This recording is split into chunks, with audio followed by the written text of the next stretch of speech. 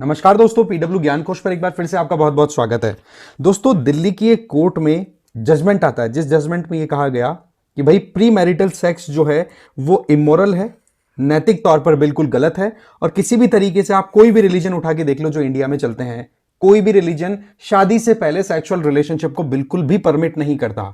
तो ऐसे में एक केस क्या है वो हम समझते हैं, क्योंकि यहां पर कोर्ट ने एक तरीके की दलील सी लगा दी है ओवरऑल अगर देखें तो पूरे सिस्टम के सामने, कि प्री मैरिटल सेक्सुअल रिलेशंस को क्रिमिनलाइज करने की जरूरत है हमारे देश में। क्योंकि आज के टाइम पे जिस तरीके से शादी जैसा पवित्र जो एक सिस्टम है, हमारा इंस्टीट्यूशन है, वो बहुत ज्यादा बिगड़ता चला जा रहा है। तो ऐसे में हम इस पूरे केस को समझे, ठीक है, पूरे मामले को समझे। केस क्या है वो देख लेते हैं। होता क्या है, एक 29 ईयर ओल्ड मैन, राइट, जो कि पंजाब का रेजिडेंट था, उसको पुलिस के द्वारा अरेस्ट कर लिया जाता है 1 महीने के अंदर अंदर। कब? जब एक महिला जो कि उस बंदे के साथ में कंपनी में काम कर रही थी और उसने उस बंदे के खिलाफ में 2011 में केस लगा दिया कि भाई जो लड़का है उसने मेरे साथ में फॉल्स प्रोमिसेस कर करके और मेरा सेक्सुअल एक्सप्लॉइटेशन किया है, ये कह के कि शादी कर लेंगे और बोले मेरे साथ में फिजिकल रिलेशनशिप कंटिन्यू कर ली। और अब देखा जाए तो बोले मेरे साथ में एक तरीके से धोखा हो गया और उसने मेरे से शादी भी नहीं की। वैसे देखा जाए तो ये वुमेन जो है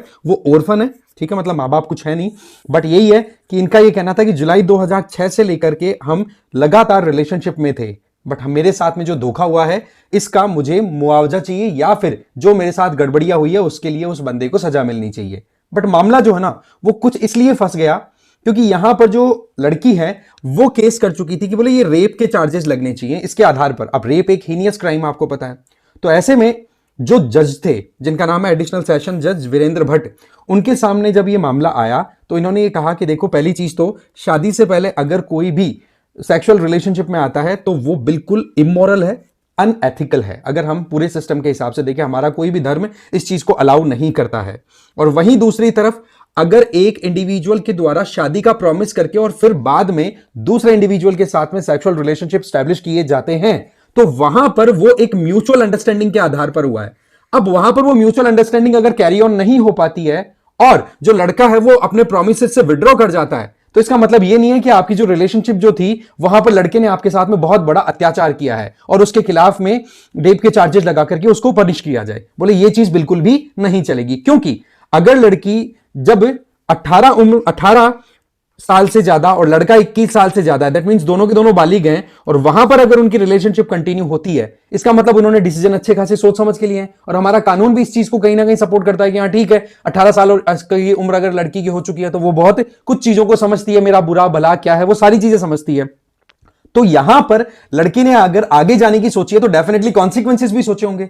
और उस लड़के के साथ में जो रिलेशनशिप स्थापित की थी उसके लिए उसका आप केवल लड़के को ही जिम्मेदार ठहरा दो कि भाई उसी ने सब कुछ गड़बड़ कर दी, या सारी जो चीजें थी जो कुछ भी उनके बीच में फिजिकल इंटरेक्शन के टाइम पे हुई तो वो केवल बॉय की ही रिस्पॉन्सिबिलिटी है, तो ये बात भी नहीं चलेगी। तो ऐसे कहते हुए जज साहब ने अल्टीमेटली लड़के को फ्री कर दिया। बट यहां पर बहुत सारी पेचीदगियां आती हैं, क्योंकि यहां पर जो डिमांड की गई कि प्री मैरिटल सेक्सुअल रिलेशन को हमें क्राइम डिक्लेयर कर देना चाहिए, तब एक तो सबसे पहले तो हमारे फंडामेंटल राइट्स आ जाते हैं। हमारे कॉन्स्टिट्यूशन में आर्टिकल 21 जो है वो कहीं ना कहीं हमें लिबर्टी प्रोवाइड करता है, फिजिकल लिबर्टी या फिर हम कहें बॉडीली जो फ्रीडम है ना वो इसी के अंडर में आ जाती है।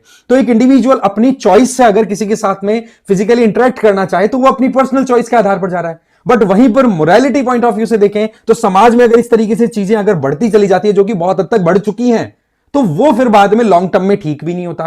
क्योंकि एक तरफ यहां पर ये जो लड़कों का केस है, जहां जैसे हमने ये देखा कि फॉल्स प्रॉमिस करके लड़कियों का एक्सप्लॉइटेशन हो रहा है, वहीं दूसरी तरफ लड़कियां भी हैं, वो क्या कर रही हैं, वो लड़कों से शादी के रिलेशनशिप में आ जाती हैं और फिर उसके बाद में डाइवोर्स देकर के आधी से ज्यादा प्रॉपर्टी लेकर के चली जाती हैं।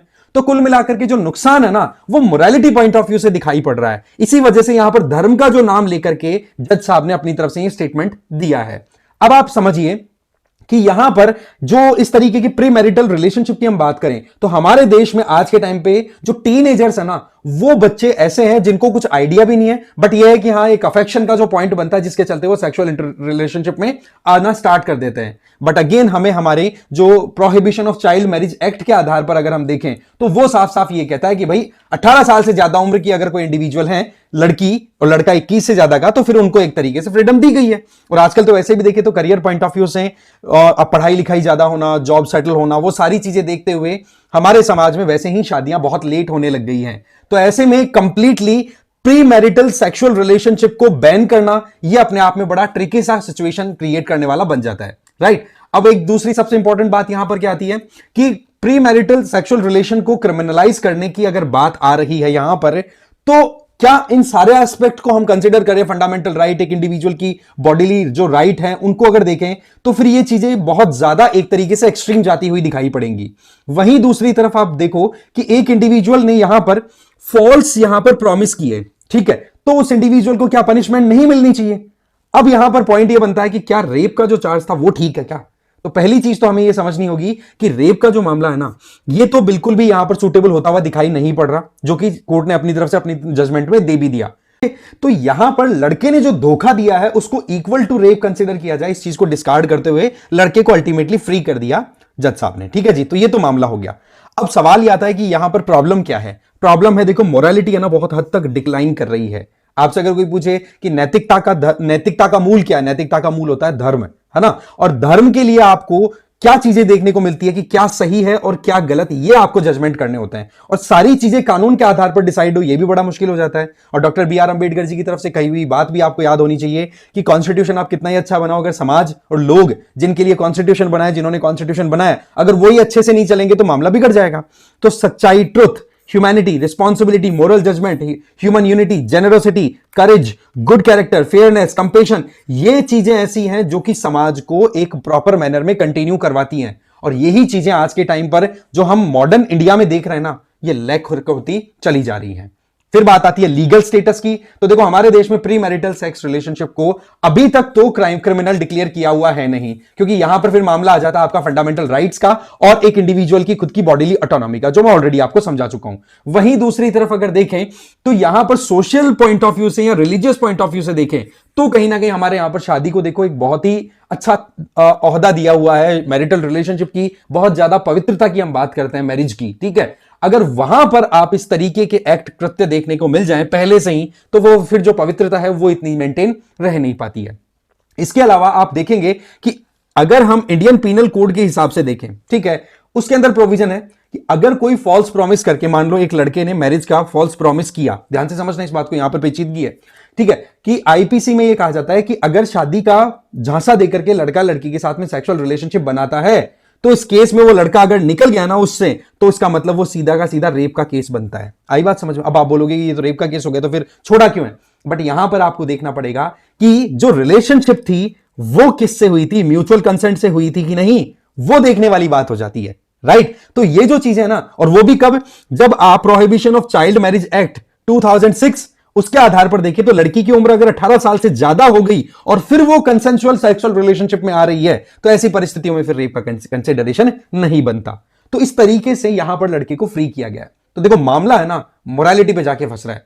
आजकल के टाइम पर नैतिकता है वो डिक्लाइन करती चली जा रही है, जिसके वजह से बहुत ज्यादा प्रॉब्लम्स हो रही हैं। और इसके पीछे एक सिंपल सा लॉजिक अगर हम समझना चाहें तो वो निकल के आता है कि जब आप अपने बिलीफ सिस्टम से दूर होना स्टार्ट कर देते हो, जब जिन चीजों को आप मानते हो उन चीजों को मानना बंद कर देते हो, तो वो चीजें फिर आपका सपोर्ट नहीं करती, उन चीजों को आप ना ध्यान में रखते हो। एग्जैक्टली जो धर्म होता है, जो पंथ होता है, वो कहीं ना कहीं हमें ये चीजें सिखाता है कि हमें क्या करना है, क्या नहीं करना, क्या सही है, क्या गलत। जब वो चीजें ही हम नहीं देखेंगे तो फिर अल्टीमेटली सब कुछ हौच पौच होता चला जाता है। और एग्जैक्टली वही चीज अभी हमारे आसपास में देखने को मिल रही है, जहां पर एक लड़का अपने इन लॉज के प्रेशर में आके सुसाइड करता हुआ दिखाई पड़ रहा है, तो ये लड़की जिसके साथ में फॉल्स प्रॉमिस करके उसका सेक्सुअल एक्सप्लॉइटेशन हुआ।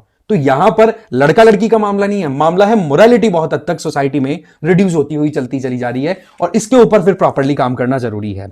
और एक बात मैं लास्ट में एक चीज बड़ी इंपॉर्टेंट कहना चाहूंगा कि स्त्री के लिए सबसे इंपॉर्टेंट आभूषण होता है उसकी लज्जा। स्त्री के लिए सबसे इंपॉर्टेंट आभूषण होता है उसकी लज्जा, और पुरुष की ड्यूटी है कि स्त्री की इज्जत करे। तो ये दो चीजें जब हैंड इन हैंड बैलेंस होकर के चलती है ना, तब समाज आके प्रोग्रेस करता है। फिर चाहे हिंदुइज्म हो, इस्लामिज्म हो, क्रिश्चियनिटी हो, कोई भी धर्म प्री मैरिटल सेक्सुअल रिलेशनशिप को अप्रूव करता ही नहीं है, बिल्कुल गलत मानता है। बट अगेन, जैसे जैसे हम आगे मॉडर्न अपने आप को बनाते चले जा रहे हैं, वहां पर इस तरीके की कॉम्प्लेक्सिटीज आती रहेंगी और आपके आसपास में बहुत हो चुकी होंगी, राइट। तो एक जजमेंट आया था, सोचा क्यों ना आपके साथ शेयर किया जाए। बाकी PWIS की तरफ से जो कोर्सेज चल रहे हैं उनके बारे में बता देता हूं। अगर आप प्रीलिम्स 2025 के लिए प्रिपेयर कर रहे हैं तो प्रीलिम्स क्रैश कोर्स और रिगरस प्रैक्टिस कोर्स को आप ज्वाइन कर सकते हैं, जिसमें आपको 8,000 की रेट में प्रीलिम्स की प्रॉपर तैयारी कराई जाएगी। टेस्ट सीरीज इसमें इंक्लूडेड है, और अलग से अगर आप टेस्ट सीरीज ज्वाइन करना चाहो तो 4,000 का कोर्स आपका रह जाएगा। ठीक है, इसके अलावा आप मुझे फॉलो कर सकते हैं इस QR कोड को स्कैन करके। मेरा नाम है रजनीकांत लाटा। इस वीडियो में इतना ही था। Thank you very much.